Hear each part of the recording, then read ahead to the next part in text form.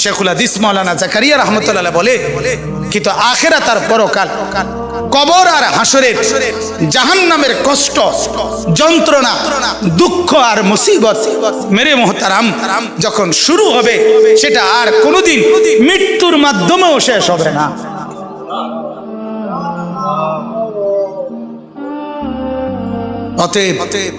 অতএব এখানে হেরে গেলে সমস্যা নাই, এখানে দুঃখে থাকলে সমস্যা নাই, এখানে অভাবে থাকলে অসুবিধা নাই, এখানে আর 10 জন সুখে থাকুক, আপনারে খোদায় কিছু দিল না, এত কোনো অসুবিধা নাই। কিন্তু মৃত্যু নামের যখন আমার আসবে, এরপরে যেই অংশ শুরু হবে, সেখানে যদি আমি কামিয়াব হইতে পারি, সেখানে যদি আমি সফল হতে পারি, সেখানে যদি আমি মাফ পাইতে পারি, ওটাই আমার আসল সফলতা, ওটাই আমার আসল কামিয়াবি। ঠিক কিনা বলেন?